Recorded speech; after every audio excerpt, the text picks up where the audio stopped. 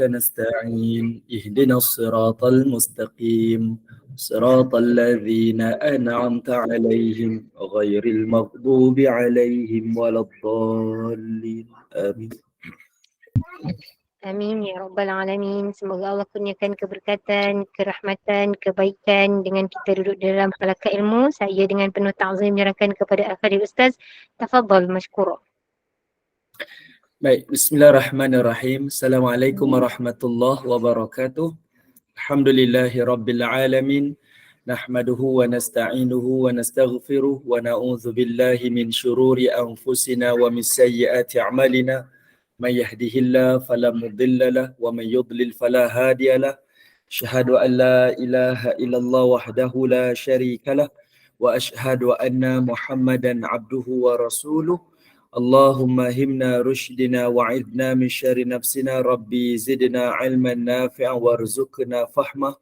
Allahumma fahman nabiyyin wa hifzal mursalin wa ilhamal malaikatil muqarrabin birahmatika ya arhamar rahimin.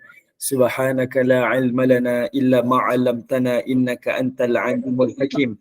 Wala haula wala quwwata illa billahil aliyyil azim. Amma ba'. Alhamdulillah. Pertamanya kita syukur pada Allah Subhanahu wa taala di atas kesempatan yang Allah izinkan kepada kita pada pagi ini, iaitu pada Sayyidul Ayyam, penghulu kepada segala hari, iaitu hari Jumaat.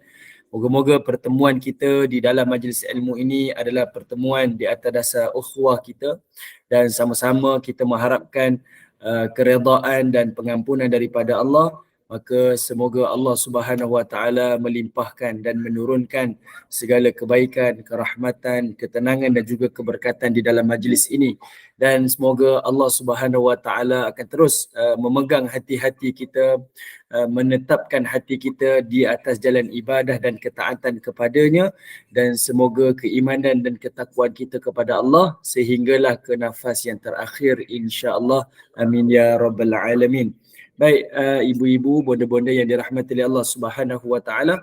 Insya-Allah untuk pagi ini kita akan baca kitab hadis kursi, dan sesiapa yang memiliki kitab hadis kursi, kita pergi terus kepada muka surat 284.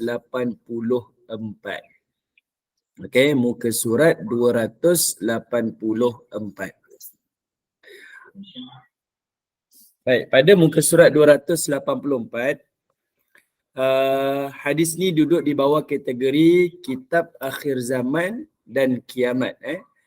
Hadis yang kita bincang ni adalah hadis yang kedua dalam bab kitab akhir zaman dan kiamat, dan hadis ni berkaitan tentang manusia pada akhir zaman mengejar dunia dengan agama.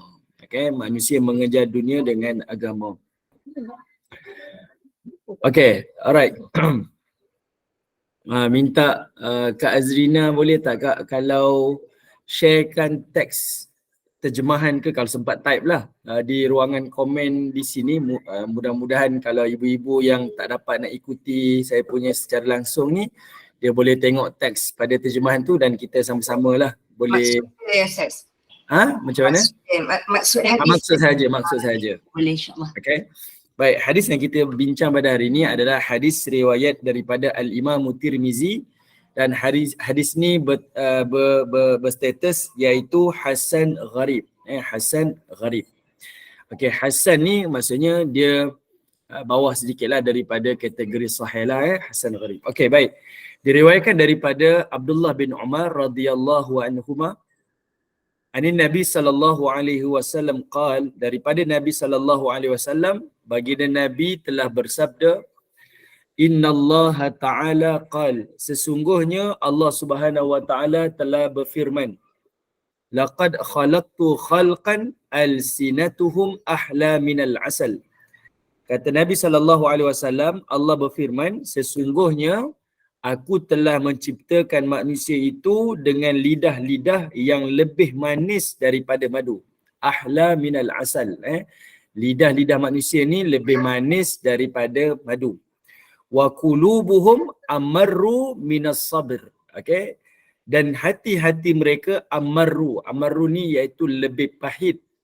Amarru iaitu lebih pahit daripada ada satu tumbuhan lah.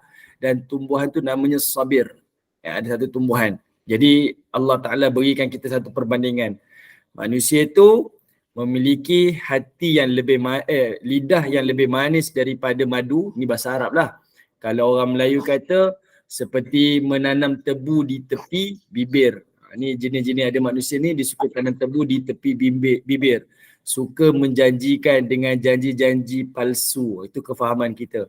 Jadi dalam hadis ni Allah Ta'ala sebut manusia ni Allah ciptakan lidahnya lebih manis daripada madu, manakala hatinya lebih pahit daripada sabir. Lalu fabi halaftu la utihannahum fitnatan tada'ul halim minhum hayrana. Dan kata Allah Subhanahu wa taala, maka aku bersumpah dengan zat aku bahawa aku pasti akan menimpakan ke atas manusia itu nanti iaitu adanya fitnah. Fitnah ini iaitu satu ujian. Fitnah ni di dalam bahasa Arab dia bukan sekadar yang kita faham lah fitnah. Kalau bahasa kita ni fitnah ni perkara yang tak benar kita sampaikan kepada orang lain kan fitnah. Tetapi dalam bahasa Arab fitnah ni macam-macam bentuk, ujian, musibah, penyakit dan sebagainya, maka disebut dengan perkataan fitnah. Kerana apa? Okey, tak apa, nanti kita bincang kejap lagi. Okey, tada'ul halim minhum hayrana. Yang mana ujian itu akan menjadi asbab al-halim kepada orang yang lemah lembut, iaitu orang-orang saleh. Dalam kalangan mereka itu hayrana, dalam keadaan kehairanan. Jadi pelik, jadi hairan. Fabi yaghtarun am alayya yajtariun. Lalu kata Allah Subhanahu wa taala, adakah mereka tidak takut denganku atau ke atas aku mereka itu sangat berani. Okey, apa yang Allah Taala nak sampaikan? Okey, kalau kita tengok sekadar secara literal hadis ni mungkin kita akan tak berapa jelas lah yang nak disampaikan. Sekarang kita akan tengok satu persatu lah daripada hadis ni. Perkara pertama yang Allah Subhanahu Wa Taala nak sebutkan kepada kita di sini iaitu Allah Subhanahu Wa Taala nak katakan Allah ciptakan manusia ni lidahnya lebih lembut, lebih manis daripada madu dan hatinya lebih pahit daripada ada satu tumbuhan yang disebutkan sebagai sabir. Ini adalah jenis manusia yang dia cakapnya pandai namun dia tidak beramal lah, benda tu tidak memberi kesan kepada diri dia. Kalau tengok pada pengajaran hadis ini adalah merujuk kepada perbuatan manusia yang menjual agamanya untuk mendapat keuntungan dunia. Dan sikap ini adalah menyerupai sikap golongan ahli kitab terdahulu yang sangat ingkar dan dimurkai oleh Allah Subhanahu Wa Taala. Okey. Jadi umat-umat Nabi yang terdahulu khususnya daripada kalangan orang Yahudi dan Nasrani, mereka jual agamanya dengan keuntungan dunia. Kalau pemerintah dia kata apa? Saya nak hukum yang halal ni menjadi haram sebab saya nak kahwin. Okey, yang haram ni jadi halal. Saya nak kahwin dengan anak perempuan saya. Ini berlaku dalam riwayat-riwayat terdahulu. Agama Yahudi dan Nasrani, pemerintah yang beragama ni, dia kata saya nak kahwin dengan anak saya. Benda ni haram. Tapi saya minta kamu keluarkan hukum jadi halal. Lalu kita kata penguasa-penguasa agama pada zaman tu, maka dia akan tunduklah kepada pemerintahan daripada raja tu. Maka mereka menghalalkan perkara yang telah diharamkan oleh Allah Ta'ala. Okey, jadi inilah yang disebutkan mereka menjual agama mereka untuk mendapatkan keuntungan dunia. Benda ni berlaku Okey, benda ni berlaku. Dan yang keduanya Allah Ta'ala kata apa? Fabi halaftu, dan aku bersumpah dengan zat aku sendiri, la utihannahum fitnatan tada'ul halim minhum hayrana. Iaitu kata Allah Subhanahu Wa Ta'ala, dan aku akan pastikan menimpakan fitnah ini kepada orang-orang saleh. Al-Halim kat situ adalah merujuk pada orang-orang saleh. Allah akan timpakan ujian. Okey. Ibu-ibu yang dirahmati Allah, kalau tengok pada teks hadis, dia akan gunakan perkataan fitnah. Fitnah ni dia datang daripada perkataan fatin. Fatin. Fatin ni artinya kecantikan lah. Fatin ni adalah kecantikan. Jadi kenapa fitnah ni datang daripada perkataan fatin? Sebab zahirnya nampak macam elok, tapi dia punya dalamannya sangat-sangat buruk. Okay? Dan itulah fitnah yang selalu berlaku. Zahir kita nampak fitnah-fitnah dunia ni macam bagus kan. Fitnah dunia, fitnah apa lagi, wanita, fitnah anak-anak, fitnah harta. Zahir kita nampak benda ni macam memberi kebaikan. Tapi akibatnya ia adalah suatu kemudaratan. Sebab itu dinamakan sebagai fitnah. Zahir nampak cantik tapi hakikatnya memudaratkan. Siapa yang tahu benda ni? Sudah tentulah adalah Allah Subhanahu Wa Taala. Sebab itu Allah datangkan guideline kepada manusia. Jadi Allah Taala sendiri sebutkan, Allah bersumpah dengan dirinya sendiri, satu masa nanti bila akhir zaman nanti Allah akan timpakan pada orang-orang soleh itu ujian fitnah, iaitu ujiannya mereka akan dalam keadaan kehairanan. Kalau tengok pada tafsir, pada terjemahan ni dia kata apa? Dia rasa hairan tu, hairanan kat situ, iaitu dia tak mampu menolak dan tak mampu lari daripada ujian tersebut. Sebab Allah Ta'ala datangkan mungkin dalam keadaan yang sangat banyaklah ujian-ujian tersebut. Sampai orang soleh tak boleh lari daripada ujian-ujian ini. Okay. Alright, tuan-tuan yang dirahmati Allah Subhanahu Wa Taala, ini nak tunjukkan kepada kita akhir zaman nanti ramai yang akan muncul yang dikenali sebagai ruwaibidah. Okay, ruwaibidah.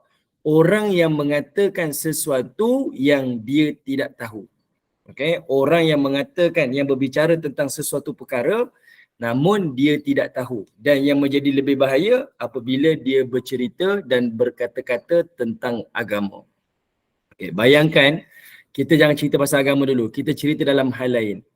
Ibu-ibu nak pergi jumpa dengan doktor. Tapi doktor ni tak tahu pun, dia bukan doktor. Tapi dia kata, oh kalau macam ni penyakitnya, saya bagi ubat ni. Jangan kata pembedahan, dia bagi ubat je. Makan ubat ni, dos macam ni, dos macam ni. Bayangkan kalau dia bukan doktor, kita pun tak akan ambil risiko lah. Sebab apa? Orang macam ni sangat membahayakan kesihatan kita. Boleh jadi ubat yang diberi, dos yang diberi itu akan jadi berbahaya kepada kesihatan. Begitulah juga dengan hal-hal yang lain. Kalau dia bukan pilot tapi dia yang pandu kapal terbang, sudah tentulah kita akan takut. Sebab boleh jadi akan terhempas kapal terbang dan sebagainya. Begitulah juga dengan hal agama. Apabila orang yang tidak berkepakaran dan berkemahiran namun berbicara berkaitan tentang agama ni, maka itu akan menjadi musibah di akhir zaman nanti. Sebab itu Nabi SAW menyebutkan muncul golongan ruwaibidah. Dan kemunculan golongan ni dia telah dibina melalui zaman kita. Kenapa saya kata macam ni tuan-tuan? Sebab hari ni zaman orang menjadi content creator kan. Dan semua orang nak ada konten pada media sosial mereka. Dan mereka diajar, kalau pergi mana-mana kursus penulisan di media sosial ni, dia suka mengajar kita ni ulas ataupun cerita perkara-perkara yang viral, cerita-cerita semasa ni. Dia tak bagi tahu kamu ada ilmu ke, kamu tak ada ilmu ke, tak. Dia kata kalau kita nak kejar trafik ni, maka kita kena buat apa yang orang buat, kena ulas apa yang sedang berlaku sekitar kita. Dan ini sebenarnya membina golongan-golongan ruwaibidah. Sebab akhirnya nanti mereka bukan berkepakaran dalam bidang ilmu, tapi berkepakaran mengulas dalam hal-hal yang tak ada kaitan dengan diri mereka sendiri. Ulama-ulama silam, kalau mereka tak tahu sesuatu perkara, lalu ditanya, apa pandangan tentang perkara ni? Ni berlaku kepada Imam Malik bin Anas, Imam Mazhab Maliki, ulama besar di kota Madinah. Bila ditanyakan kepadanya tentang hal ihwal, hukum yang berlaku di luar kota Madinah, Imam Malik mendengar dan Imam Malik tanya, perkara ni berlakunya di mana? Lalu si fulan dia kata, perkara ni berlaku di sekian negara. Imam Malik kata apa pada si fulan ni? Beritahu kepada mereka yang berada di negara tersebut. Imam Malik tidak tahu. Imam Malik tidak tahu. Ini dipesan sendiri oleh Imam Malik. Tanpa dia rasa malu untuk mengatakan dia tidak tahu. Dan dia menyebutkan Imam Malik tidak tahu. Okay? Sebab apa? Sebab mengatakan kita tidak tahu dalam sesuatu perkara yang kita tak tahu, itu sebenarnya adalah ilmu. Okay? Itu sebenarnya adalah ilmu. Ramai kalangan kita rasa bila kata saya tak tahulah, Dia rasa itu adalah satu kejahilan. Tapi sebenarnya itulah sebahagian daripada ilmu. Dan ini yang disebutkan dan dilakukan oleh para ulama kita yang terdahulu. Okey, baik. Ibu-ibu yang dirahmati oleh Allah Subhanahu Wa Taala. Sebab hadis ni Allah Taala sendiri sebut, aku yang ciptakan manusia dalam keadaan macam tu. Lidahnya lebih manis daripada madu, hatinya lebih pahit. Dan aku sendiri yang nak menimpakan kepada umat manusia dan aku bersumpah dengan diri aku, iaitu orang-orang soleh nanti akan ditimpa dengan ujian-ujian ini sehinggakan mereka tak boleh lari daripada ujian tersebut sebab terlalu banyak dah, sampai mereka sendiri akan rasa hairan dengan perkara yang berlaku. Kenapa benda ni berlaku? Sebab ini adalah atas kehendak Allah Subhanahu Wa Taala. Okey. Baik, ibu-ibu yang dirahmati Allah Subhanahu Wa Taala. Saya nak kongsikan kepada ibu-ibu teks daripada Al-Quran. Nak ceritanya benda ni bukan benda baru. Benda ni adalah benda lama. Dan benda ni telah berlaku kepada zaman sebelum baginda Nabi SAW dan Allah telah rekodkan di dalam ayat-ayat Al-Quran. Okey. Ini adalah bicara berkaitan tentang orang Yahudi dan orang Nasrani. Kalau ibu-ibu ada buku Hadis Kursi ni, ibu-ibu boleh tengok. Dia ada tulis 3 pengajaran. Pengajaran pertama iaitu perbuatan menjual agama. Okey, yang menyerupai ahli kitab terdahulu. Sebab ahli kitab dahulu saya cerita, mereka sanggup jual agama mereka untuk keuntungan dunia. Dan yang keduanya, perbuatan ini tidak menimbulkan keikhlasan dalam hati tetapi hanya melakukan suatu amalan bertujuan riak dan sum'ah. 2 pengajaran ni Allah Ta'ala sebut pada ayat yang pertama. Ayat 15 ni. Okay, pada surah Hud. Allah kata apa? Man kana yuridul hayatad dunya wa zinataha nuwaffi ilaihim a'malahum fiha wa hum fiha la yubkhasun. Kata Allah Subhanahu Wa Taala, sesiapa yang keadaannya, sesiapa yang keadaan usahanya semata-mata berkehendak kepada kehidupan dunia dan perhiasannya, dengan tidak disaksikan sama ada Al-Quran tentang sah batalnya. Okey, ayat ni dia bicara berkaitan tentang ada manusia ni dia beramal saleh semata-mata untuk keinginan dunia dan perhiasan dunia. Okey, dari sudut orang Yahudi dan Nasrani, ini pandangan daripada Abdullah bin Abbas, ayat ni merujuk pada orang Yahudi dan orang Nasrani. Mereka beramal, mereka melakukan pengajian dalam bidang Taurat maupun kitab Injil, mereka hanya menginginkan kepada dunia dan perhiasannya. Perkataan perhiasan dekat sini adalah melalui upah-upah dia lah. Hayat dunia ni, diinginkan dunia ni apa? Dia nak orang gelar dia sebagai agamawan, orang gelar dia sebagai ulama, orang gelar dia sebagai syekh, sebagai tok guru, apa-apa saja. Ini berlaku pada orang Yahudi dan Nasrani sebelum zaman Nabi. Dia nak macam tu. Gelaran-gelaran, populariti nak disanjung dan dimuliakan. Wazinataha, perhiasan ni adalah merujuk kepada upah-upah dia. Mereka nak pengajian-pengajian itu, mereka dapat upah dia. Lalu kata Allah, nuwaffi ilaihim a'malahum. Allah akan sempurnakan semua amal-amal perbuatan mereka. Maksudnya, kalau mereka beramal untuk dunia, mengajar agama ni untuk dunia, Allah kata nuwaffi, aku akan cukupkan. Aku akan cukupkan dan aku akan sempurnakan. Artinya, apa yang mereka nak, Allah Ta'ala beri. Allah tak halang pun. Okay, dan ini dinamakan sebagai sunnatullah. Kamu buat ni sebab kamu nak glamour, aku bagi glamour. Kamu buat ni sebab nak harta, aku bagi harta. Kamu nak buat ni sebab kamu nak sanjungan manusia, aku berikan sanjungan manusia kepada kamu. Allah Ta'ala takkan tidak tunaikan. Allah akan sempurnakan lagi. Sebab ini adalah sunnatullah. Kita buat, kita dapat. Tak buat, tak dapat. Lalu Allah kata apa? Wahum fiha la yubkhasun. Dan sedikit pun Allah tidak akan rugikan mereka. Jadi Allah bagi tahu siap-siap lah. Kalau kamu inginkan dunia, kamu dapat. Aku sekali-kali tak akan zalimi kamu. Apa yang kamu buat, kamu dapat. Alright.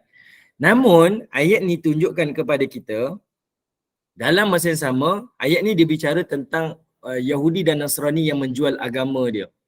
Apa yang mereka buat, dia dapat. Sebab apa saya kata macam ni ibu-ibu? Sebab boleh jadi zaman kita hari ni, kalau kita berfikir, kenapa Allah ni tak halang je? Mereka ni kan merosakkan agama Allah, agama Taurat, kitab Taurat, kitab Injil kan. Kenapa Allah Ta'ala tak halang mereka kan, tak izinkan benda tu berlaku? Ayat ni adalah sebagai jawapan. Apa yang mereka nak, apa yang mereka buat, Allah Ta'ala sempurnakan lagi. Allah jamin, Allah sempurnakan dan Allah tak akan rugikan usaha-usaha mereka. Tapi ayat 16 itu adalah ancaman dia. Apa dia kata Allah? Ulaikal ladzina laisa lahum fil akhirah illan nar. Kata Allah Ta'ala, orang-orang ni yang melakukan perkara-perkara ni tidak ada di hari akhirat bagi mereka illan nar, melainkan adalah azab neraka. Maksudnya, kalau dunia dia dapat glamour, dia dapat populariti, dia dapat sanjungan, dia dapat gelaran-gelaran sekian-sekian ni, ya dunia dia dapat. Tapi akhirat nanti semua yang didapat itu akan diganjari dengan azab pula. Okay? Yang mereka inginkan glamour, hari akhirat azab. Dekat dunia dia nakkan gelaran, akhirat azab. Dekat dunia dia mahukan harta, akhirat azab. Semuanya tu berganti azab. Dan Allah kata apa? Wa habita ma sana'u fiha wa batilum ma kanu ya'malun.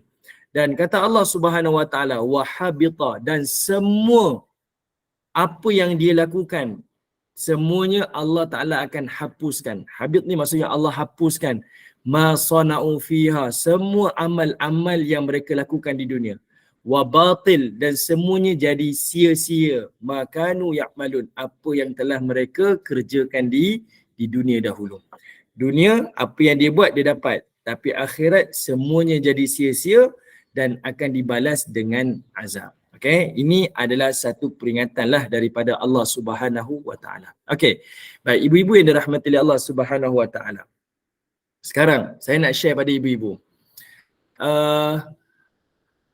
Habis macam mana pula dengan hari ini dah jadi trend kan? Kita ada NGO, kita pun ada pengajian-pengajian dan kita pun memberikan bayaran kepada pengajar. Pengajar ni ada bayaran-bayaran dia. Baik. Ada beza di antara upah dan ada beza di antara hadiah. Okay, ada beza di antara upah dan ada beza di antara hadiah. Kalau upah, okay, kita bincang satu-satu dulu. Kalau upah, kita kena ingat, upah ni apa? Iaitu penetapan dan persetujuan di antara dua pihak. Pihak yang meminta dan pihak yang memberi. Contoh pihak pengajar, ustaz-ustaz yang mengajar ni, dia ambil upah dalam pengajian agama dia. Dia pun letakkan, saya punya pengajian untuk pengajian ni, contoh 500 dia kata, saya nak 500. Dan penganjur pula setuju, okeylah saya bagi 500. Itu namanya upah. Okay, itu namanya upah. Sebab apa? Sebab dia minta diberikan dengan jumlah yang telah dia tetapkan dan dipersetujui. Itu namanya upah. Tapi kalau pengajar tak letakkan satu bayaran, okay, nak bayar-bayar, tak nak bayar pun tidak. Nak bayar sikit pun tak kisah, nak bayar banyak pun tak kisah. Dia tak kisah. Itu bukan upah. Itu adalah hadiah. Ada beza ibu-ibu, faham kan? Ada beza hadiah, ada beza upah. Upah ni apabila dia sendiri minta. Kalau nak saya buat macam ni, bayarannya macam ni. Itu upah. Kalau dia kata, okeylah saya setuju, tapi tak ada penetapan. Tak ada penetapan bayaran berapa-berapa. Dia pun tak minta berapa-berapa. Kita nak beri. Itu namanya hadiah. Para ulama kita bincang berdasarkan pada ayat ni juga, kalau upah, sebab bila Allah kata apa? Ada orang ni dia buat amal soleh ni, sama ada dia beribadah ke ataupun dia mengajar agama ke, dan dia mengharapkan dunia dan perhiasannya. Ada upah di situ. Para ulama bincang. Iaitu yang pertama, daripada Al-Imam Zuhri, dia kata apa? Hukumnya adalah tidak dibenarkan sama sekali. Setiap yang mengajar urusan agama ni ataupun mengajar Al-Quran tak dibenarkan mengambil upah. Okay, kalau orang bagi hadiah tu lain cerita. Tapi kalau dia sendiri minta, nak belajar Quran dengan saya ni sebulan saya cas 300. Contohlah Imam Zuhri kata tak dibenarkan. Namun Al-Imam Nawawi dan jumhur, kita kata majoriti lah para ulama kita ni Antaranya Al-Imam Nawawi di dalam kitab At-Tibyan, dia meletakkan hukumnya mengambil upah mengajar agama ni ataupun mengajar Quran adalah dibenarkan. Ini perbezaan pandangan ulama lah. Kalau mengikut Al-Imam Nawawi dan yang lain-lain, mereka membenarkan. Okay, mereka membenarkan. Dibenarkan untuk mengambil upah. Okay, right. Jelas ibu-ibu? Right. Okay, jadi dibenarkan untuk mengambil upah. Kenapa dibenarkan mengambil upah ni? Maka para ulama kita pun meletakkanlah sebabnya. Sebabnya mungkin ada kerana kos yang kita tak nampak, kos perjalanan, kos masa, kan, kos komitmen yang dia telah berikan. Dan para ulama kita juga menyebutkan bila seseorang itu meminta ataupun mengambil upah daripada pengajian agama ni, ada dua keadaan. Pertama, hanya sekadar untuk melepaskan keperluan dia sahaja. Maksudnya tak boleh ambil banyak, ambil sekadarnya sahaja. Okay. Yang kedua, ada yang kata tak mengapa untuk mengambil lebih. Tak ada masalah. Kerana apa? Dengan satu tujuan. Supaya dia hanya fokus untuk mengajar agama sahaja. Maksudnya, dia tak perlu lagi fokus benda yang lain. Tak perlu buat benda lain, dia hanya buat pengajian agama ni supaya dia boleh berikan perhatian sepenuhnya. Sebab apa? Keperluan-keperluan dia telah dicukupkan dengan upah-upah yang dia dapat. Ini pandangan para ulama. Dan ini berlaku pada zaman Umar Al-Khattab. Tetapi Al-Imam Qurtubi kata apa? Kenapa hari ini ada istilah, kalau kita lah sebut penunggang agama kan? Ustaz-ustaz ni dia ceramah, dia ada ni bla bla bla kan? Kita kata macam tu kan? Banyaklah sampul dia lah apalah. Kita kena ingat sebenarnya tomahan ni akan wujud, sindiran ni akan wujud apabila pemerintah tak mengambil peranan. Al-Imam Qurtubi sebut, upah yang sepatutnya diberikan kepada pengajar-pengajar agama ni patut dibayar sendiri oleh kerajaan, oleh pemerintah. Supaya apa? Supaya tidak menjadi tomahan daripada kalangan orang awam. Sebab orang awam terpaksa keluarkan harta dia untuk dapatkan ilmu. Sepatutnya kerajaan bayarlah supaya orang tak melihat lekeh atau kepada pengajar-pengajar ilmu. Dan kenapa para ulama kita kata boleh ambil upah ni? Sebab kalau tak ada orang mengajar kerana mereka tak dapat upah, mungkin jadi pelajar-pelajar agama ni akan kata apa? Kalau kami mengajar dan kami tak dapat upah, baik kami meniaga, baik kami kerja lain sebab kami perlu teruskan kehidupan. Dan akhirnya agama akan hilang kerana tidak ada pengajar. Maka sebab itu mereka mengharuskan mengambil upah di dalam mengajar agama. Okey, boleh dapat ke ibu-ibu? Okey. Baik, ini antaralah perkara. Saya sebut ni kita punya permulaan untuk kita tengok kepada hadis yang kita bincangkan. Okey. Baik, yang ketiganya kalau tengok pada pengajaran hadis ni, iaitu penulis kata apa? Golongan yang melakukan perkara sedemikian akan mendapati amalan mereka itu sia-sia di hari akhirat, bahkan menerima balasan yang buruk daripada Allah Subhanahu Wa Taala. Ini adalah satu ingatan kepada kita. Apa-apa yang kita lakukan di dunia ni, apabila matlamatnya itu hanya kerana dunia sahaja, maka ia akan menjadi perkara yang sia-sialah di hari akhirat. Sedangkan orang mukmin ni, dia nak untung dunia dan dia juga nak untung akhirat. Kita bukan nak untung dunia sahaja dan rugi akhirat, dan itu tak berbaloi lah. Kita kalau nak untung, biarlah untung di dunia dan biarlah untung juga di hari akhirat. Okey? Baik, ibu-ibu yang dirahmati Allah Subhanahu Wa Taala. Sekarang benda ni tak berapa penting untuk kita bincang sangat. Cuma saya sampaikan ni sebagai pengetahuan saja. Yang penting yang sebenarnya saya nak terangkan adalah pada perkara ini. Okey. Melalui pada surah Al-Bayyinah. Perkara ni lebih dekat dengan ibu-ibu. Tadi itu adalah sekadar muqaddimah, intro saja pada perbincangan kita pagi ni. Okey. Kalau ibu-ibu rasa macam apalah yang Ustaz sampaikan ni pening-pening rasanya kan. Okey, saya nak permudahkan untuk sebelum kita masuk yang ini. Yang tadi yang saya sampaikan berdasarkan hadis daripada Abdullah bin Umar tadi itu, riwayat daripada Al-Imam Tirmizi, hadis itu berbicara Allah Ta'ala sendiri menciptakan manusia dan Allah Ta'ala sendiri yang bersumpah dengan dirinya. Di akhir zaman nanti Allah akan datangkan sendiri fitnah kepada umat manusia ni, dan khususnya kepada orang-orang saleh tu nanti, iaitu ada satu zaman, ada satu era yang manusia ni akan bercakap tanpa ilmu pengetahuan. Dan orang-orang saleh ni sampai tak boleh lari daripada ujian tu. Sebab apa? Ramai orang yang akan mengejar dunia ni dengan agama. Dia gunakan agama ni untuk keuntungan dunia dia. Okay, itu hadis yang kita bincang tadi tu. Lalu saya bawa surah Hud tadi tu sebab saya nak bicara penyakit ni bukan zaman kita je. Dia telah berlaku daripada zaman orang Yahudi dan orang Nasrani. Okay, mereka sanggup jual agama mereka untuk dunia mereka. Okay, mereka sanggup jual agama mereka untuk dunia mereka.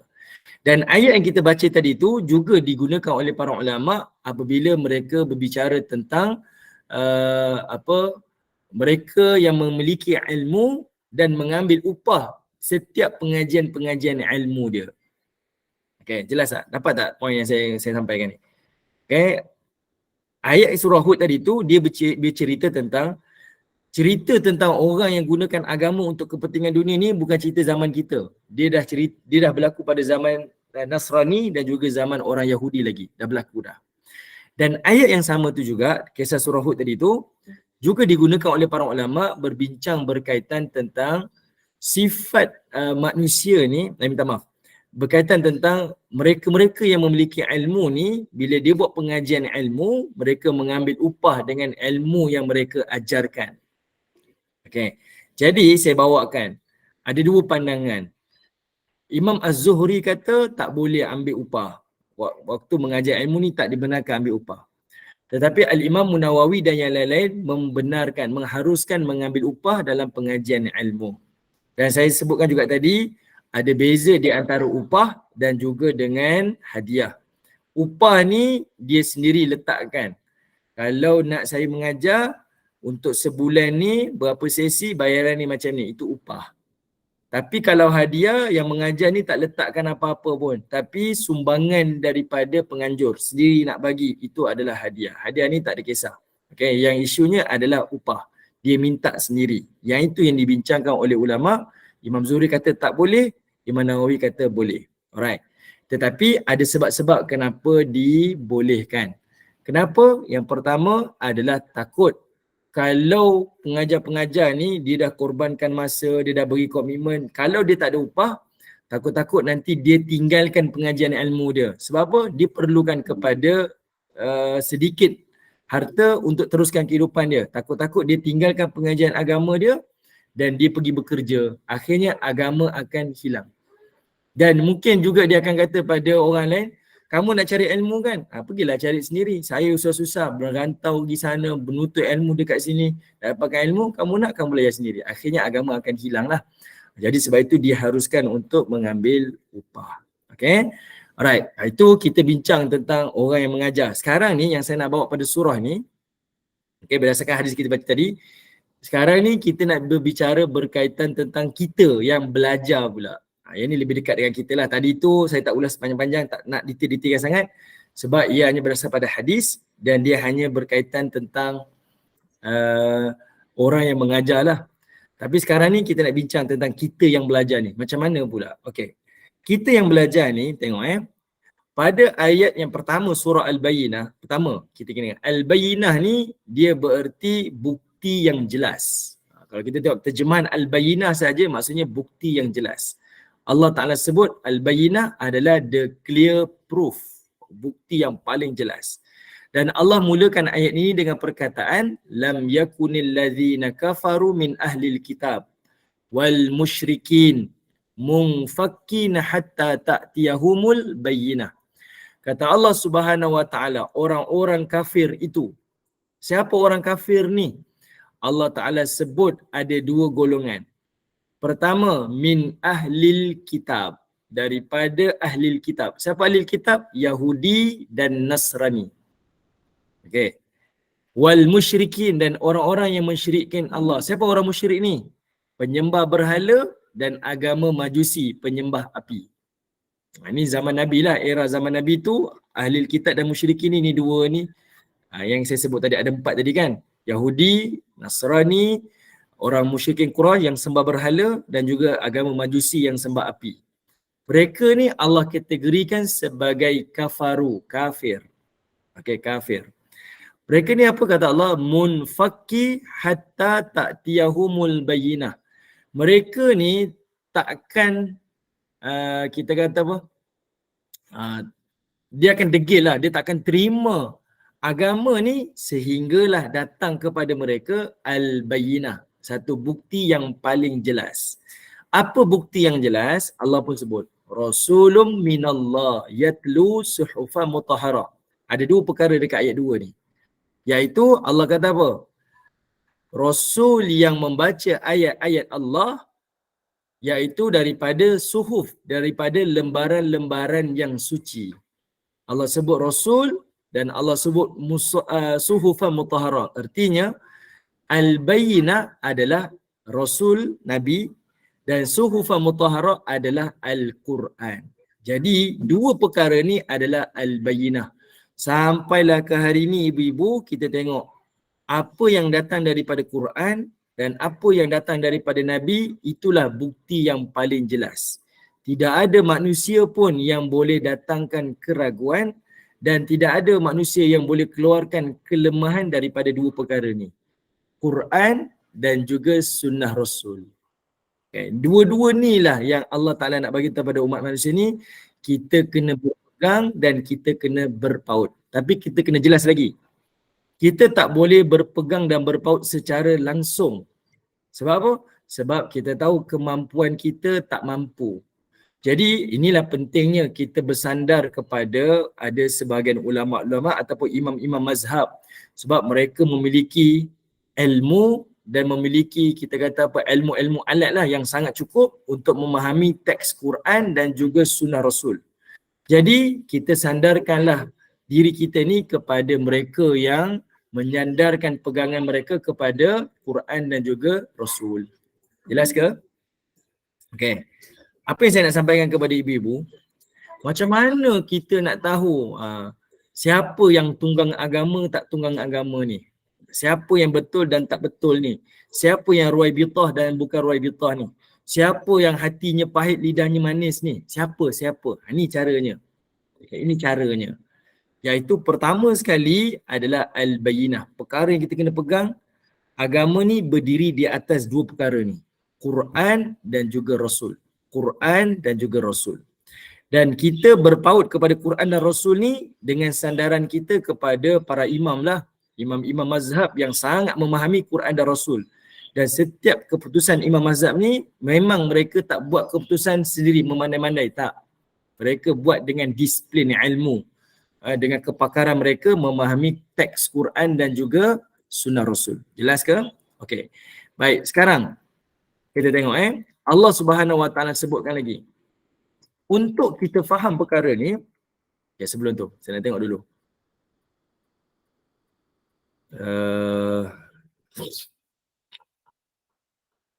Okey, sebab saya tengok teks Quran tadi, saya minta maaf. Saya baru nak check komen je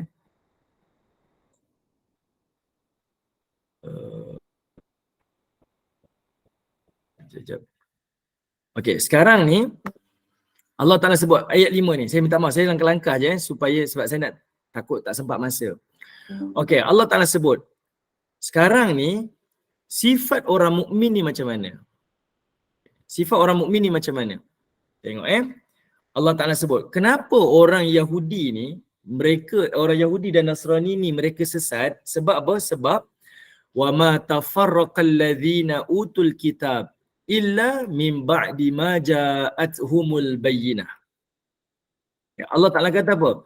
Dan orang-orang Yahudi ni dan orang-orang Nasrani ni mereka tidak berpecah belah melainkan setelah datang kepada mereka ni bukti-bukti yang jelas. Okey. Tapi ada juga orang-orang Yahudi dan Nasrani dah datang dalil dah. Nabi depan mata dah. Quran pun depan mata dah. Tapi kenapa mereka tak beriman? Kan ada kalangan orang Yahudi kan, dia nampak Nabi ni. Mereka akui, antaranya Huyai bin Akhtab, ayah kepada Safiyah. Safiyah sendiri cerita pada Nabi SAW waktu dia berkahwin dengan Nabi selepas perang Khaybar. Dia kata, ya Rasulullah, aku sendiri dengar daripada ayahku Huyai bin Akhtab, pembesar Yahudi Bani Nadir, iaitu masa kamu datang ke kota Madinah buat pertama kalinya, ayahku setiap petang bersama dengan saudaranya tu akan pergi ke Quba untuk melihat kedatangan Rasul yang dijanjikan. Setiap petang. Dan bila mereka melihat kamu buat kali pertama di Quba, waktu kamu sampai ke Madinah, hari itu juga mereka berbual-bual. Kata mereka, kami menyaksikan sendiri, ya, dia adalah Rasul yang disebutkan. Tapi kenapa tak beriman? Sebab ada satu penyakit orang mukmin ni, ataupun mana-mana manusia ni, adalah penyakit taksub. Penyakit taksub.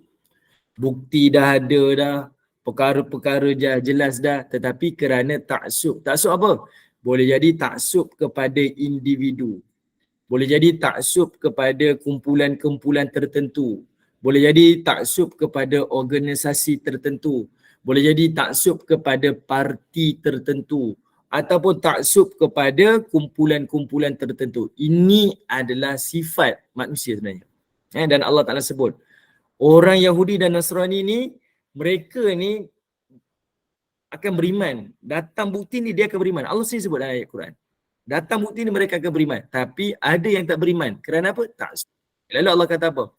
Wa ma umiru illa liya'budullah. Kita tak cerita pasal orang Yahudi Nasrani ni. Ini adalah sebagai teladan.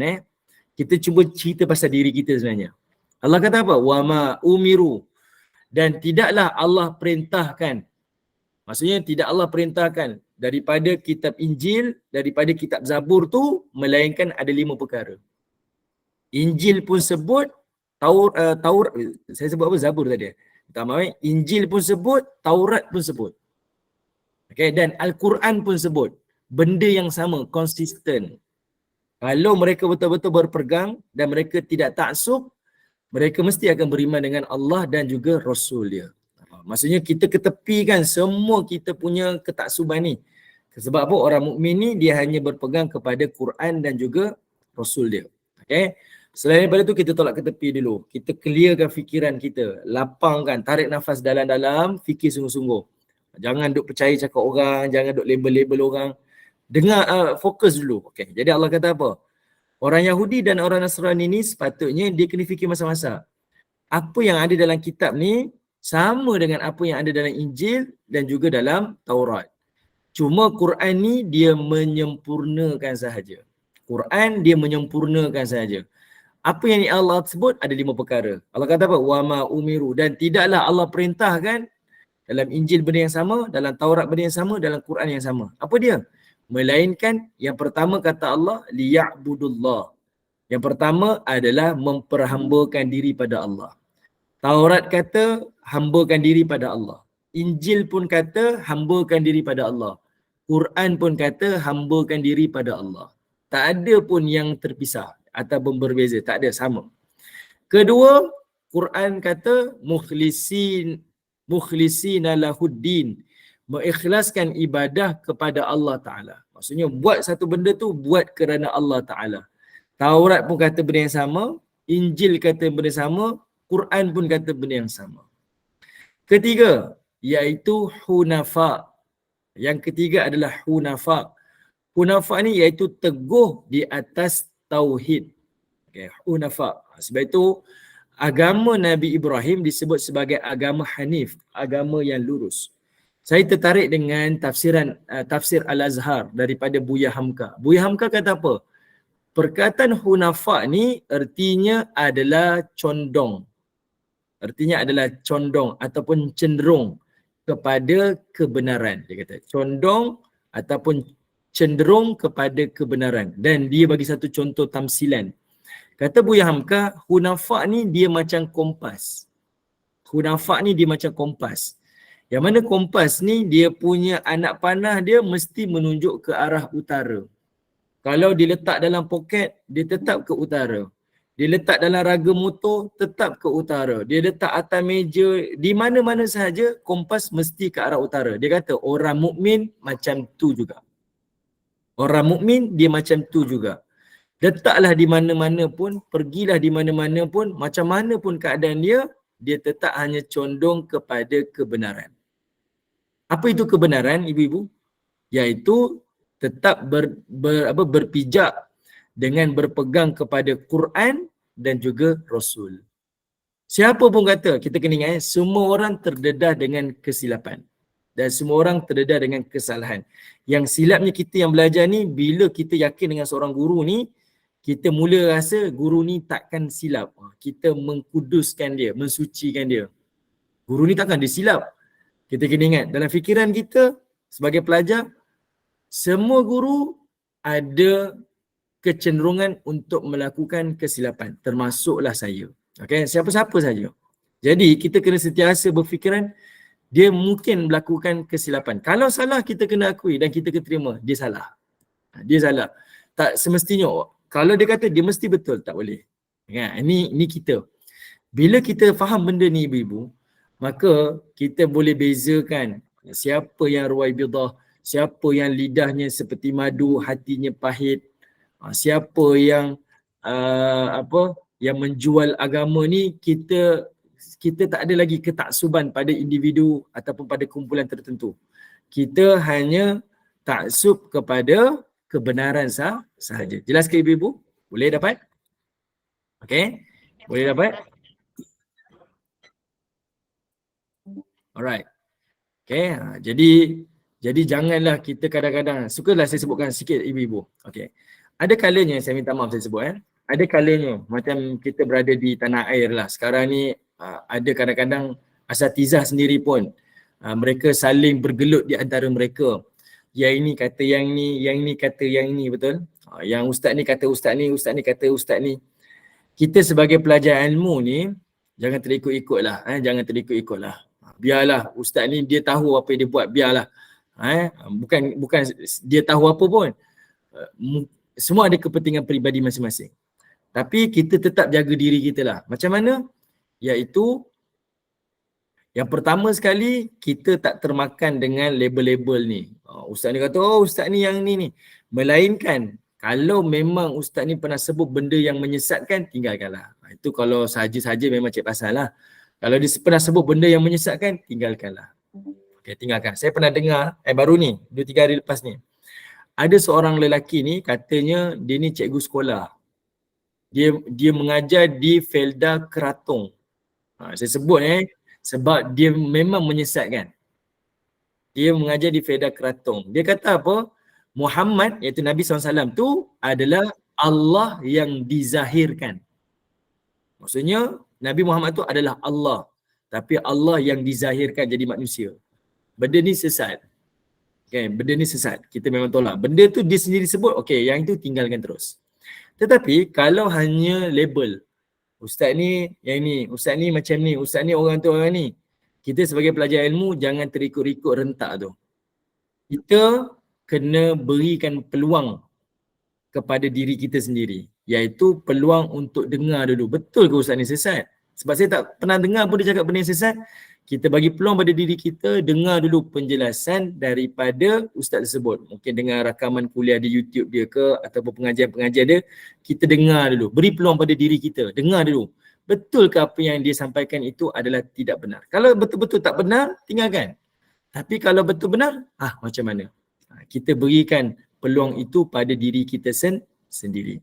Dan kita sendiri pun, kalaulah kita buka topi kita sebagai murid, kita pakai topi guru tu yang dituduh sesat tu contohlah. Apa perasaan kita? Mestilah kita kata apa? Awak tuduh saya sesat, awak tak pernah dengar pun penjelasan saya. Awak tak pernah duduk pun dalam pengajian saya. Kenapa awak boleh kata saya sesat? Betul tak? Kalau kita buka topi kita, pakai topi ustaz yang dituduh sesat tu. Macam mana keadaan kita? Mestilah kita kata, apa-apa pun dengar penjelasan saya dulu. Dengar dulu pengajian saya. Apakah saya kata ni adalah daripada syahwat saya ataupun apa yang saya sebut ni adalah berdasarkan kepada dalil Quran dan juga sunnah. Daripada kalam-kalam ulama-ulama muktabar. Bukan sekadar tuduhan, bukan sekadar persepsi, tetapi ini adalah ajaran daripada agama. Kita kena dengar dulu. Jadi semua dalam kalangan kita ni kena beri peluang pada diri sendiri. Okey, jangan terikut-ikut rentak orang lain, suka melabel. Kalau tidak memang takkan selesailah masalah ni. Sebab itu agama letakkan orang mukmin ni dengan teladan daripada perangai orang Yahudi dan Nasrani ni, dia mesti hunafa. Kita tak taksub pada sesiapa, pada kumpulan, pada kelompok. Kita hanya taksub kepada kebenaran. Kalau ustaz ni kita suka sekalipun, kalau dia salah, kita kena akui dia salah. Itu tanda saya sayang dia salah. Okay. Kalau dia betul lah. Itu mudah je. Kita hanya taksub kepada kebenaran. Okey. Kemudian dalam kitab Taurat, dalam kitab Injil dan juga dalam kitab Quran sendiri, wa yuqimus salah, iaitu perintah Allah untuk dirikan salat. Dirikan salat ni artinya perintah Allah untuk jaga hubungan dengan Allah Ta'ala, hubungan hamba kepada Tuhan. Wa yu'tuz zakah, dan juga tunaikan zakat. Dalam Taurat, dalam Injil dan Al-Quran dididik benda yang sama. Dalam keadaan seorang hamba jaga hubungan dengan Tuhan, seorang hamba juga kena menjaga hubungan hamba dengan hamba yang lain, hubungan manusia dengan manusia yang lain. 5 ni adalah ajaran yang konsisten daripada Taurat sampai ke Injil sampai ke Al-Quran. Sebab itu Allah kata apa? Wa dzalika dinul qayyimah. Dan demikianlah agama yang lurus. Inilah agama yang lurus. Okey? Kita tak hanya beribadah kepada Allah, kita tak hanya ikhlaskan dalam ibadah, tak hanya solat, tak hanya zakat. Tapi kalau taksub kepada selain daripada kebenaran ni, maka masih lagi tak komplit lah 5 perkara yang Allah telah perintahkan. Jelas ibu-ibu? Baik, ada soalan? Okey, saya buka soalan. Okey. Saya buka soalan. Kalau ada soalan. Okey, jadinya kita kena ingat di akhir-akhir zaman ni berdasarkan hadis yang kita baca tadi tu, Allah Ta'ala sendiri yang berkehendak. Kalau orang kata, kenapa ya Allah tak halang?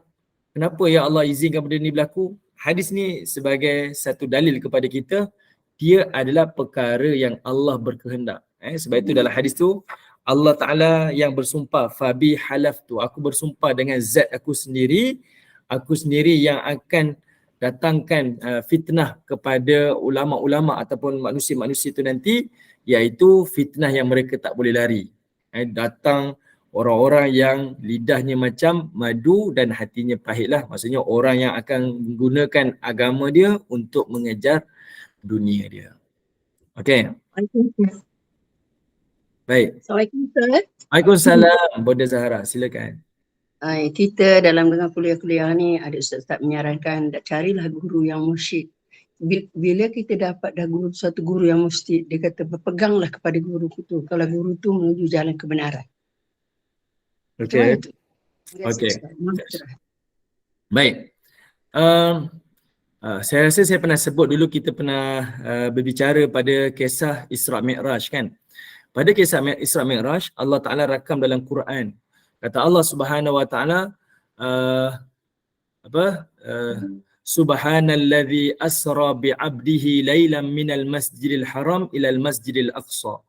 Allah berbicara berkaitan tentang malam Isra Mi'raj yang berlaku dengan perkara yang ajaib, perkara yang melanggar hukum alam, yang melanggar hukum akal, yang melanggar hukum fizik, hukum sains dan segala-galanya.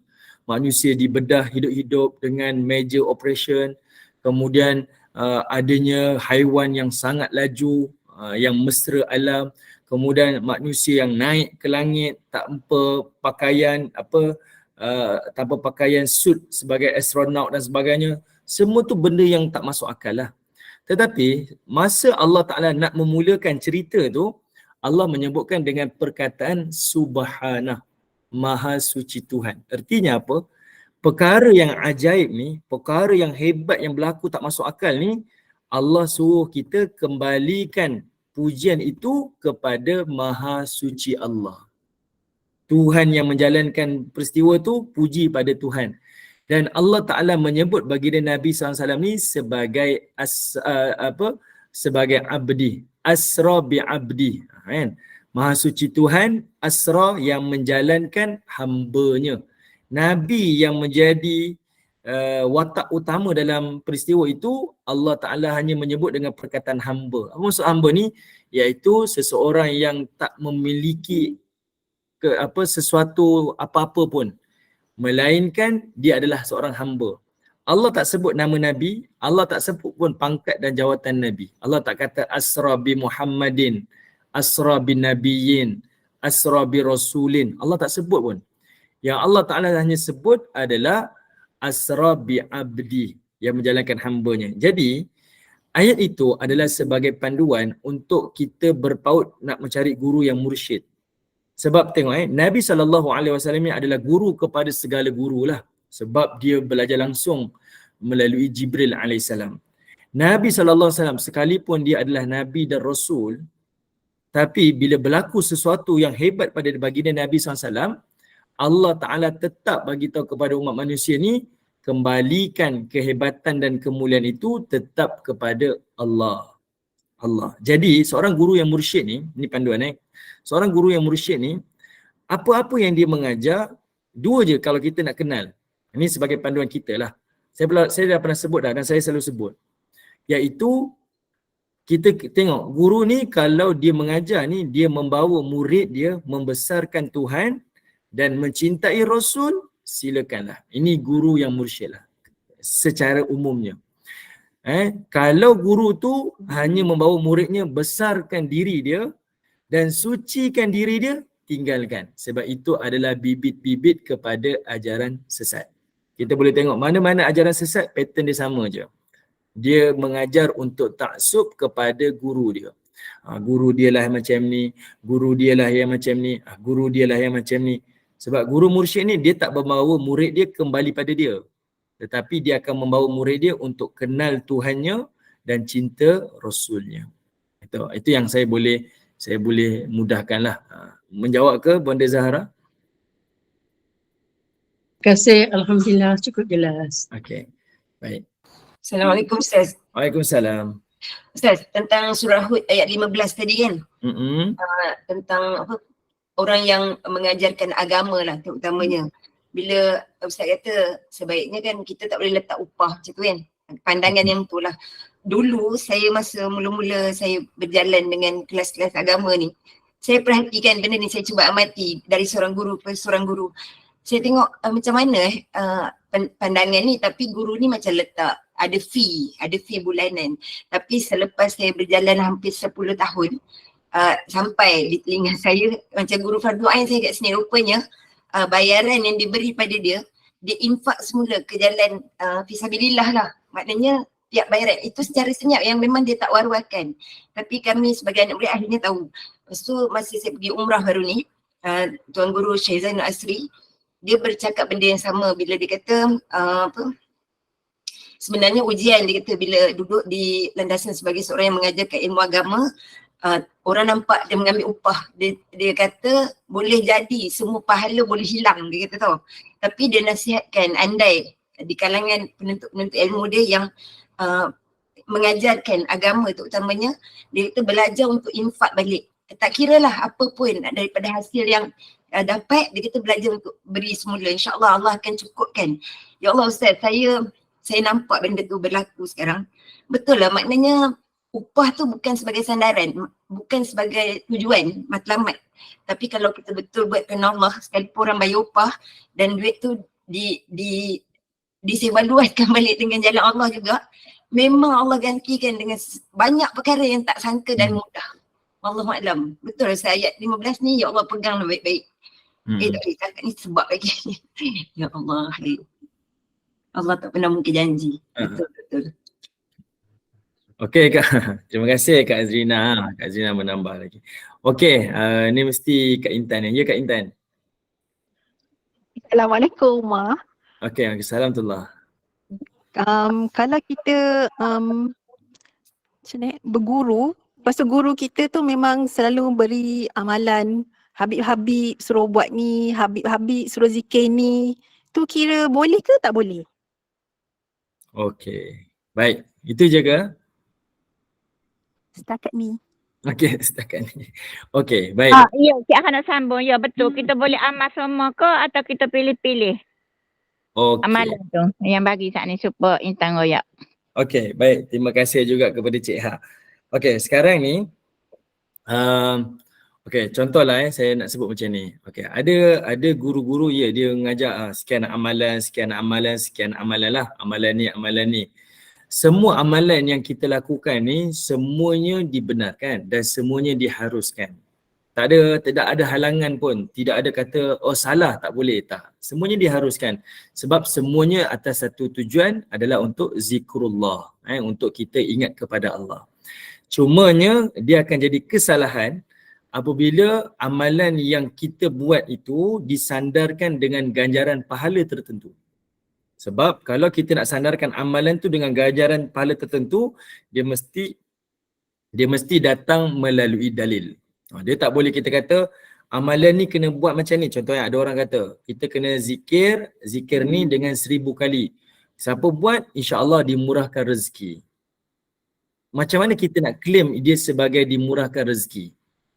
Dia hanya boleh claim apabila ia datang daripada dalil. Sama ada Quran ataupun daripada hadis Nabi. Sebab benda ni perkara ghaib kan. Ganjaran pahala ni benda ghaib. Kita tak boleh nak claim sesuka hati kita melainkan ada dalil, iaitu Allah dah sebut ataupun Nabi sebut. Itu sahaja. Okey, kalau dia claim dengan benda yang tak ada datang daripada Nabi, yang itu yang salah. Tapi beramal salah tak? Beramal tak salah. Yang salah bila dia claim itu atas nama Nabi. Sebab Nabi sendiri memberikan ancaman. Sesiapa yang mendusta di atas namaku, maka dia telah menempah tempat duduknya di dalam neraka Allah. Okay, sebab kita tak boleh sesuka hati petik nama Nabi. Contohlah ibu-ibu sendiri. Anak kita sendiri, bila dia pergi mana-mana, dia kata, mak saya suruh lah. Mak tak suruh pun. Dia kata, mak saya okey je. Kita pun rasa macam, kenapa guna nama mak? Mak tak cakap pun. Kita sendiri rasa marah. Apatah lagi Nabi ni, dia sangat berpegang kepada amanah dalam pengajian dalam ilmu Allah ni. Lalu kita menambah-nambah, lalu kita kata ni Nabi ajar. Sedangkan Nabi tak pernah sebut dan Nabi tak pernah ajar. Okey, jadinya nak mudahnya, semua amalan zikrullah apa sahaja, semuanya adalah perkara harus. Tidak ada halangan. Dia akan jadi salah apabila kita berpegang benda amalan-amalan ni macam ni ganjaran dia. Macam ni fadilat dia. Kalau dia tak ada dalil yang disandar pada Nabi. Melainkan ada dalil, silakan. Tapi kalau tak ada dalil, tak boleh. Contoh selalu saya sebutkan. Dalil yang Nabi kata apa? Baca zikir ni akan memberatkan di timbangan Allah. Zikir yang paling mudah. Subhanallah wa bihamdi adada khalqi wa ridha nafsi wa zinata arshi wa midada kalimati. Saya pun kata zikir ni siapa yang baca, amalan kita pada pagi ini, zikir ini lebih berat daripada seluruh amalan kita pada pagi tersebut. Orang pun kata, mana Ustaz tahu? Saya pun baca hadis ni daripada riwayat sekian ni. Nabi sebut kepada isterinya bernama Juwairiyah. Yang itu kita sandar pada Nabi sebab ada dalil. Tapi kalau saya claim tanpa ada dalil, itu tak dibenarkan. Jelas ke? Alright. Jadi apa-apa amalan silakanlah. Silakan. Tetapi jangan sesuka hati kita claim ganjaran tertentu, pahala tertentu, fadilat tertentu kalau tidak datang dalil. Bahkan kalau kita betul-betul faham yang Nabi ajar, kejap kat internet, apa yang Nabi ajar, sebenarnya banyak perkara lagi yang kita tak tahu. Contoh zikir lepas solat, kalau mengikuti apa yang Nabi ajar, apa yang kita lakukan sekarang ni tak sama dengan Nabi ajar. Contoh, Nabi ajar dalam hadis Nabi, lepas Nabi salat, Nabi akan istighfar 3 kali. Astaghfirullah, astaghfirullah, astaghfirullah. Lalu Nabi akan sebut, Allahumma antas salam wa minkas salam tabarakta ya dzal jalali wal ikram. Lalu Nabi sebut lagi, la ilaha illallah wahdahu la syarikalah, lahul mulku wa lahul hamdu yuhyi wa yumit wa huwa ala kulli syai'in qadir. Nabi baca 10 kali. Kemudian Nabi sambung lagi, Allahumma la mani'a lima a'taita Allahumma la mani'a lima a'taita wa la mu'tiya lima mana'ta wa la yanfa'u dzal jadda minkal jadd. Kemudian Nabi sambung lagi, Nabi baca ayat kursi. Kemudian Nabi sambung lagi, Nabi akan terus berzikir. Kemudian Nabi sambung lagi dengan 3 kul. Kemudian ada zikir-zikirnya lagi. Perkara ni pun kita rasa banyak rupanya saya tak buat apa yang Nabi buat. Kan? Kalau kita tahu apa yang Nabi buat, sebenarnya banyak sebenarnya, sangat banyak. Buat yang Nabi buat ni pun kita akan rasa sibuk dan kita tak cari benda lain dah. Okay, benda ni penting. Belum kira lagi zikir pagi lagi, zikir petang yang Nabi ajar. Ada zikir, kalau ada rezeki nanti kita boleh bincang. Nabi ada ajar, baca zikir subhanallahil azim 100 kali pagi, 100 kali petang. Dia orang yang paling banyak pahala pada hari tersebut. Kemudian Nabi ajar lagi, siapa yang zikir la haula wala quwata illa billah dengan sekian bilangan, dia dapat pahala tersebut. Banyak, sangat banyak. Okay, tahu yang Nabi ajar ni pun kita rasa tak terbuat. Ustaz banyaknya. Banyak, sangat banyak. Okay, kita tak terbuat dan kita tak akan cari benda yang lain. Okay, baik. Apa lagi tadi Kak Intan nak tanya lagi? Saya nak pencerahan berkenaan dengan selawat pada hari Jumaat lepas asar. Ada tak selawat yang dikhususkan khas untuk lepas asar ke ataupun memang general selawat? Okey, baik. Berdasarkan hadis Nabi sallallahu alaihi wasallam dari riwayat Al-Bukhari, Nabi sendiri sebut pada hari Jumaat ada waktu yang sangat mustajab. Kalau dia berdoa, Allah makbulkan. Dan kalau dia beramal, Allah akan terima. Cuma Nabi rahsiakan bila waktu dia. Dia macam Lailatul Qadar lah. Dia berlaku tapi tak diketahui masanya. Dan benda tu berlaku pada setiap hari Jumaat. Sahabat tanya, Jumaat yang mana? Nabi kata Jumaat setiap minggu. Okay. Dan para ulama pun mengeluarkanlah pandangan-pandangan mereka. Iaitu para ulama pun mengatakan boleh jadi iaitu waktunya adalah di antara dua khutbah. Ada yang kata khutbah kedua sehinggalah imam selesai solat Jumaat. Namun majoriti para ulama kata iaitu adalah pada hari Jumaat selepas asar sebelum maghrib. Ini antara waktu mustajab yang Nabi sebut dalam hadis yang sahih. Manakala bab selawat pula, ya Nabi sendiri sallallahu alaihi wasallam sendiri menyeru kepada umat dia memperbanyakkan selawat kepada junjungan baginda Nabi sallallahu alaihi wasallam pada hari Jumaat. Ini diajarkan. Okey, ini diajarkan. Cuma kalau dia kata okey selawat pada petang Jumaat, petang selepas asar tu secara umum saja silakanlah. Tanpa disebut apa ganjaran. Jadi selawat tu perkara yang disunatkan tadi tu, petang asar tu adalah waktu yang dijangka sebagai waktu mustajab. Silakanlah. Silakan. Tapi kalau dia kata buat macam ni, ganjaran macam ni tanpa dalil, maka kita kena hati-hati dekat situ. Okey? Baik, Kak Azrina. Pasal selawat selepas asar tu, bila dianjurkan untuk berselawat Allahumma salli ala sayyidina Muhammadin abdika wa rasulika nabiyil ummihi wa ala alihi wa sahbihi wa sallim taslima sebanyak 80 kali. Kita beramal ambil bukan sebab ganjaran, bukan sebab kata, tapi asbab selawat. Sebab maksud dia lebih deep dan lebih rasa dekat dengan Allah dan menghargai petang Jumaat tu. Macam tu salah tak Ustaz kalau beramal macam tu? Ya, itu saya kata tadi, semua amalan ni tak salah. Semua amalan ni tak salah kan, sebab semuanya dikira sebagai zikrullah. Semuanya dikira sebagai zikrullah, maka tidak salah. Tetapi selawat yang paling afdal apa? Selawat yang paling afdal iaitu selawat Ibrahimiyah. Ya, betul. Itu yang paling afdal. Okay? Anjuran yang selepas asar 80 kali yang selawat saya baca tadi Ustaz, kalau kata amalkan tak salah lah. Tak salah lah, tak salah. Okay. Baik, Alhamdulillah. Yes. Baik. Oh okey, Intan siap apa amal juga situ di Kelantan ni ada mak surat sini kan ada buat amalan gini. Pasal 80. Okeylah Ustaz. Okay, baik. Alright. Okay, baik. Saya serahkan pada Kak Mira. Baik Ustaz, Alhamdulillah. InsyaAllah. Sangat best lah topik hari ni Ustaz. Mudah-mudahan kita mendapat manfaat, mendapat ibrah daripada apa yang Ustaz terangkan hari ini. Pada saya apa yang Ustaz kongsikan hari ini dia sangat penting untuk kita ambil. Jangan terlalu taksub dengan guru, jangan mudah kita melabelkan orang, terutama guru-guru, kerana kita tidak tahu sejauh mana kebenarannya.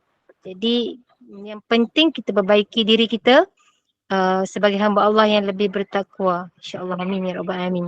Mudah-mudahan bermanfaat, mudah-mudahan barakah, mudah-mudahan Allah kurniakan limpah rahmat kepada kita. InsyaAllah. Terima kasih kepada tim Gemenur Iman, sahabat-sahabat pencinta ilmu yang mengimarahkan kuliah kita hari ini. Ustaz, izinkan saya buat sedikit ibahan Ustaz. Kuliah hari ini. Boleh. Pada pukul 5.15 petang, kuliah asar kita bersama dengan Ustaz Muhammad Zukri bin Abdul Jalil dengan kitab Ziarah ke Alam Barzah. pada pukul 8.15 malam kuliah maghrib bersama dengan Yang Amat Arif Datuk Abbas bin Nordin dengan syarah Matan Al-Barahin jilid 2. Dan kuliah isyak kita bersama dengan Al-Fadil Major Ustaz Muhammad Naim bin Haji Ahmad Al-Hafiz dengan kitab Al-Muhimmah Al-Mawa'iz Al-Badi'ah. Jadi teruskanlah bersama-sama dengan Gemenur Iman dengan kuliah-kuliah yang telah disediakan. Dengan ini saya mewakili Gemenur Iman memohon maaf sekiranya ada sebarang kekurangan dan kesilapan. Yang baik itu datang daripada Allah, yang tidak baik dan kelemahan itu daripada kami sendiri. Kita tangguh kuliah kita. Sebagai menutup majlis, mohon sekali lagi Al-Fadil Ustaz untuk bacakan tasbih kafarah dan surat Al-As. Saya sudahi dengan wabillahi taufiq wa hidayah. Assalamualaikum warahmatullahi wabarakatuh. Bismillahirrahmanirrahim. Subhanallah wa bihamdi, subhanakallah wa bihamdika, asyhadu an la ilaha illa anta wa astaghfiruka wa atubu ilaik. Subhana rabbika rabbil izzati amma yasifun wa salamun alal mursalin walhamdulillahi rabbil alamin. Wal asr innal insana lafi khusr illa alladhina amanu wa amilus salihat wa tawassaw bil haqq wa tawassaw bis sabr walhamdulillahi rabbil alamin. Terima kasih semua. Assalamualaikum warahmatullahi wabarakatuh. Waalaikumsalam warahmatullahi wabarakatuh. Assalamualaikum. Terima kasih Ustaz, terima kasih Mira, terima kasih semua. Terima kasih Ustaz. Assalamualaikum.